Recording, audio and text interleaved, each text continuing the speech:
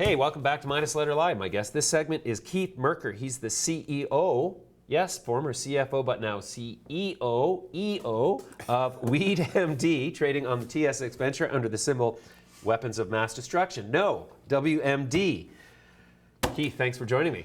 I chose the ticker. Did you? I love the ticker. I love that. I was a trader in a former life, so really? I know how that goes. But, ticker symbol is more important than people realize. In many cases, that's how a lot of people, especially in the capital markets, think of the brand. It's like, what's the company name? I don't know. It's WMD. Yeah. Brilliant, brilliant brand. Let's start with the elephant in the room. The deal with Hiku got sort of sidetracked by the deal with Canopy, and you got $10 million for your trouble. The consolation prize. Exactly. So, you know, I guess the best way to describe this would be using an analogy, I suppose, and I guess it's the same old story. We're all about analogies here. Boy meets girl, girl meets wealthy, elderly gentleman with a fancy watch and a nice car, and girl walks off with the elderly, wealthy gentleman. Wow, so that's a brilliant analogy right there. WeedMD, if you haven't figured it out, is the boy. Right. And WeedMD is going to be just fine. Yeah, so of course. I've been that boy before. Right. You know, the wonderful thing Builds about character. Thank you. The wonderful thing about that merger is also the wonderful thing about the breakup, and that is that WeedMD brought to the table a very robust production platform, a very robust medical market, a brand in WeedMD, a great group of people doing a great bunch of things, partnerships on the pharma side, partnerships on the R&D side, partnerships with groups like Favita on the branding side. Hiku brought the retail side. You know, so together it would have created an interesting opportunity and story. But as the retail side walks away, WeedMD's been, you know, knocking the ball out of the park for the past few months. Sure. We've ramped up our Strathroy location. We've announced some deals with Shoppers Drug Mart, with a couple of the provinces, more to come. Right. And we're growing great product and we're doing great things. Sure, and there's lots of retail strategies yet to come.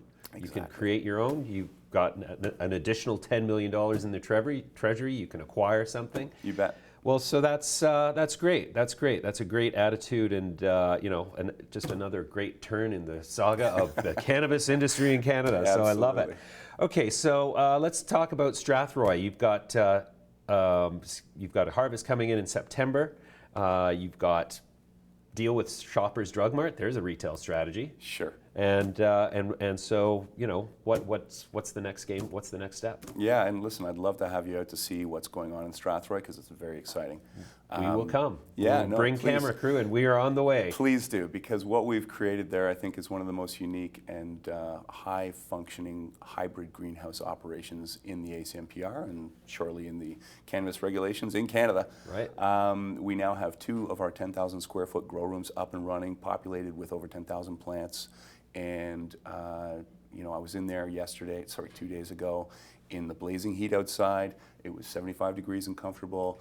The relative humidity was in the mid-40s. We were looking at very happy plants on the floor. We're doing a great thing there. Yeah. And those 2 grow rooms that are now functional will be replicated as we go forward into that full 5 acres over the next couple months. And I think that the happiness of those plants I'm seeing today sort of proves out the model of what we you know, set out to accomplish in that greenhouse, and I look forward to showing you. Yeah, you bet. I love happy plants, so yeah, I'm me too. excited to see them. So the harvest is in September. That actually works well for us because, well, Strathroy is practically in our backyard.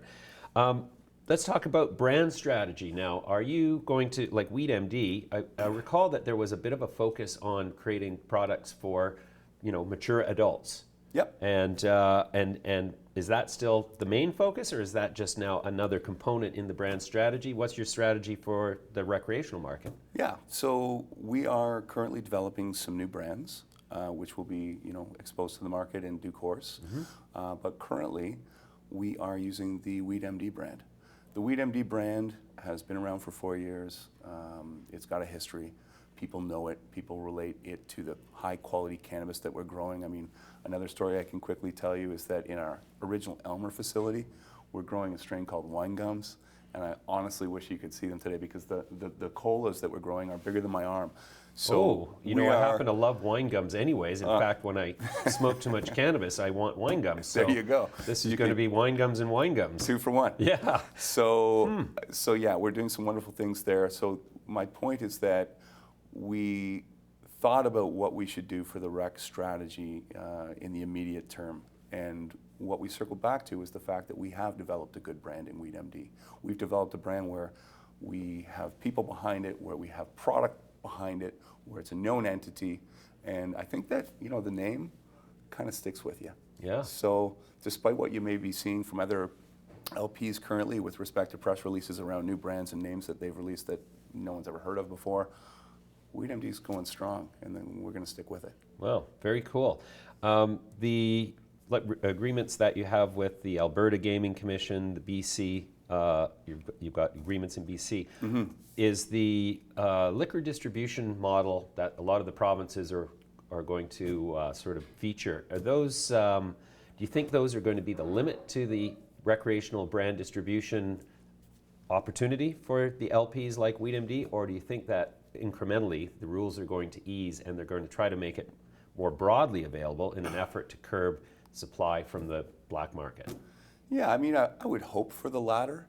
I don't unfortunately write the regulations, but certainly I think that it will be a process that evolves over time. Could.